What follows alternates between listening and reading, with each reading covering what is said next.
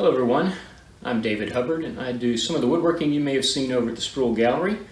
I hope you go over there and check out what they've got. If you have been over there recently, you may have seen something similar to this, a serving board. There are a few variations they have in the gallery at this particular time. So in the next few minutes, I don't know, 10, 12 minutes or so, what you're going to see is something similar to this, and you're also going to see some of the larger pieces that I've done. And some of the larger pieces can take months. In the case of my son's bed that you'll see, close to a year. So I think you'll enjoy those. Prior to that, what you're going to see in the video is some assembly sculptures that I call them. Basically, a period of time before I had this shop, I was just taking apart machines and using the miscellaneous moving parts of machines and building the sculptures from those. And I show you that. Basically, it's a precedent for how I evolved into the woodworking that I do now. I don't do so much of the machine type sculptures anymore. I do more serious woodworking. But I think you'll enjoy it, and I appreciate you checking in and spending the next few minutes with me, and thank you very much for watching.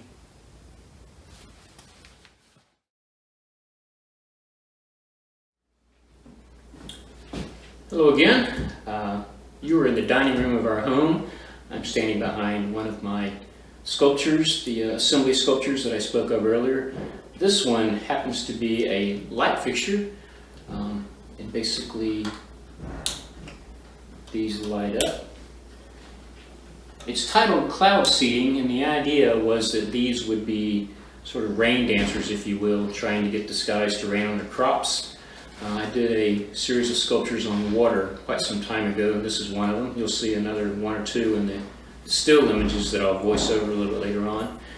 But basically what you're seeing here is stainless steel coffee mugs with the lighting fixtures concealed in it. The wiring's underneath the base.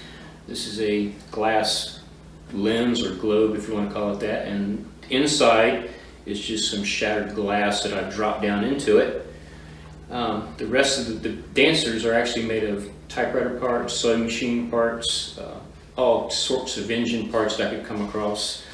The little knob here I think is a sink sifter or something to that effect. I'm not really sure what you might want to call that. There's fishing lures, there's all sorts of things in here, and it needs cleaning desperately, but I'll get to that later on. But I show you this because this is indicative of the type of assembly sculptures that I speak of. Each of these little people here probably has 50, 60, 70, 80 pieces, I'm not really sure. But the way I do it is I start with just the center piece of it, and I start going through the pieces and I find what I think is the appropriate piece to add on to it. It's all mechanically fastened, there's no welding, and it's just a fun abstract sculpture, and you'll see some stills of these to help explain and some focus on it. So anyway, appreciate it.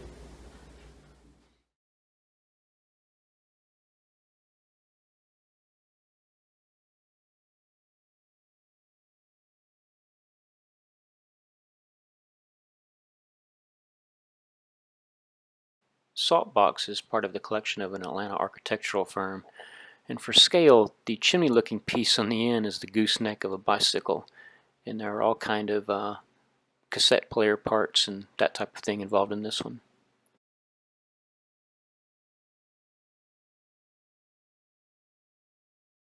Reflections is an abstraction of a lighthouse. The base is a cast iron sewing machine. You're looking at it from the top down. And there are miscellaneous camera lenses and photocopier lenses and all sorts of sewing machine parts involved in this one.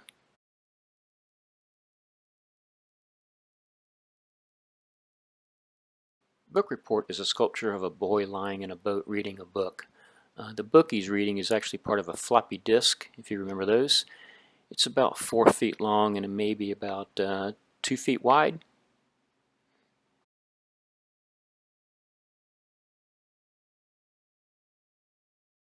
Circus act is an abstraction of something that you might have seen if you went to the circus. The white globes that light up when the light fixture is on are actually Christmas tree ornaments, and it's about 12 inches tall.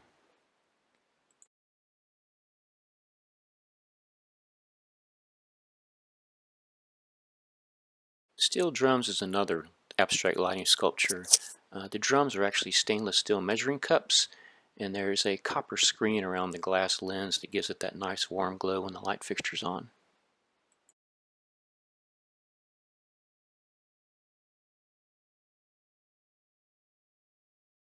Flying Machines was a public art commission for the E-Concourse of the Atlanta airport. The two hanging machines are about the size of a small car, and I believe the scale will help you understand what some of the pieces are. This piece is one of two of the smaller sculptures for the Flying Machines Commission, and for scale the wheels at each end are actually rollerblade wheels, and this is one of my favorite pieces, and I wish that someday I had this one back.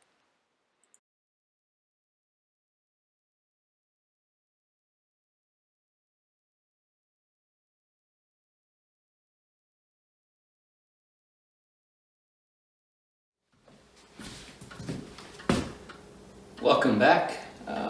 This is the most recent piece that I finished. It's my first cabinet on a stand, if you will. The cabinet was done a few months ahead of the base, and the reason for that was that initially the cabinet was going to hang on a wall through a French cleat, and indeed there's a French cleat on the back of this cabinet. It was going to be a display cabinet. I was experimenting and learning, if you will, how to do the joinery, how to do the knife hinges, conceal the back, and basically to learn how to anticipate some problems, and when those problems do come along, how to figure out how to conceal them, hide them, make them go away.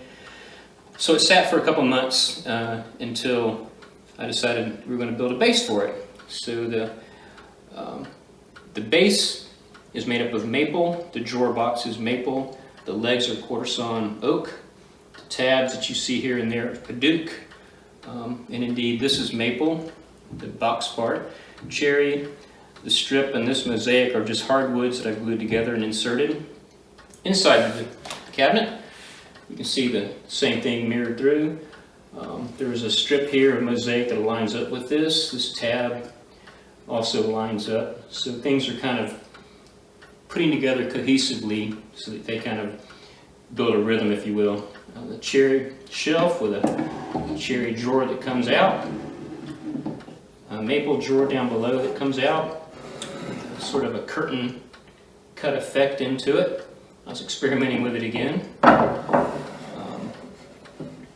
And the cabinet essentially just rests on here so you can move it if you ever do need to move the cabinet or relocate or whatever. So it's just held in place by these tabs, and it's about 5 feet tall. There's probably several months of work into it, but hope you enjoy it. We like to have it in our foyer, and I'm not sure yet what we're going to put in it, but I'm looking forward to doing some more of these, and appreciate you watching. Thank you.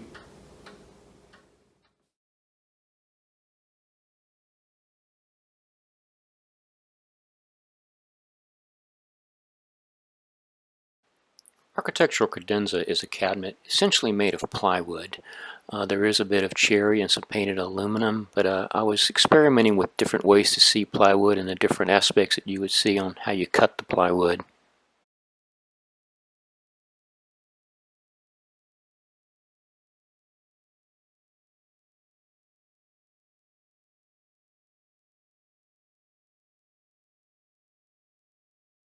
Platform bed is the first of two large beds that I've built. The headboard of platform bed is sapele and steel frame with a little bit of a maple shelf, if you will. The sides are maple and sapele, and the cast iron wheels or casters at each end are 8 inches in diameter, and both sides of the bed have full extension drawers. I believe these were about 36 inches wide and maybe about the same depth. This was a commission piece.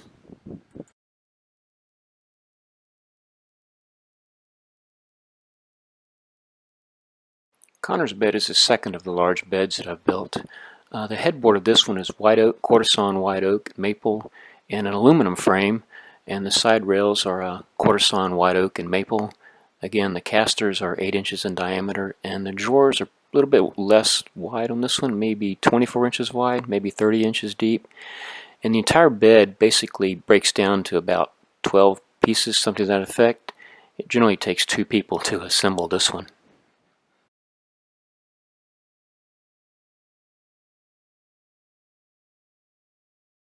bench seat is built from figured cherry, sapele, and maple on the stretchers and legs, and some aluminum detailing just for contrast. It's about 4.5 feet wide, about 15 inches high.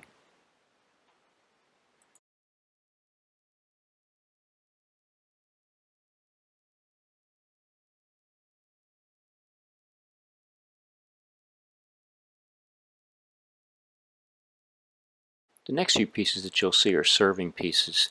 The first one is an ingrain cutting board. The additional ones are serving pieces. And actually the glue up for these gets quite complex at times, trying to establish the rhythms and the axes of the boards. And this is likely what you'll find in Spruill if you visit there. And thank you.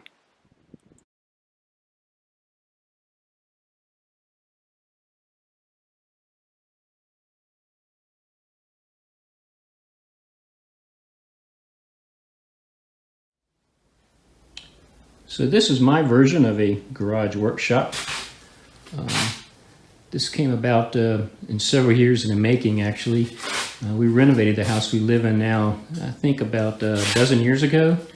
So before this, I used to rollerblade in here with my kids when they were little. Now they're in college. A lathe with a piece on it I need to finish. A bandsaw that I modified with my own base and enlarged the table. Dust collector behind that I've also modified a little bit. A planer and a joiner, and these are all on casters so I can move things around. When I build something like the bed that you may or may not have seen yet, depending on where I insert this, the bed will take up essentially half of the space of this garage, so I need to move things around when I do it. Outfeed table for the table saw. Some wood that I get from all over places. Some people give me, some I find on the side of the road, some I buy. A little bit of everything. I get a lot of things secondhand from people. I try to clean it up and use it. A little dust that I'd use now and then. A little table, work surface if you will. It's also in casters so I can move it outdoors if I'm painting something or get it out of the way. A drill press that belonged to my father-in-law at one time. So roughly half the tools in here I've got either secondhand or inherited, and some we purchased ourselves. It's actually quite clean because a couple of months ago I started to take it all apart. I wanted to paint the cabinets and rehang them, so I took them all down, painted them, put them back up with French cleats, repaired the walls, painted the walls, added some lighting, actually added a whole bunch of lighting. And then I added 3 20-amp circuits to the garage so I could power everything and a couple things simultaneously without using any of the circuits that are coming through the house into the garage. So I did all that work. So it's actually quite clean. I've just begun working on a couple pieces for my wife, and I'm not quite sure where that'll go yet. Still some ideas in the making, but basically this is where I spend the time when I'm working on a project. And it's quite hot outside today, so I've got the garage doors closed, but it's actually quite nice sometimes, and my dog hangs out with us here and there. But this is it. So thank you again for watching. I appreciate it very much.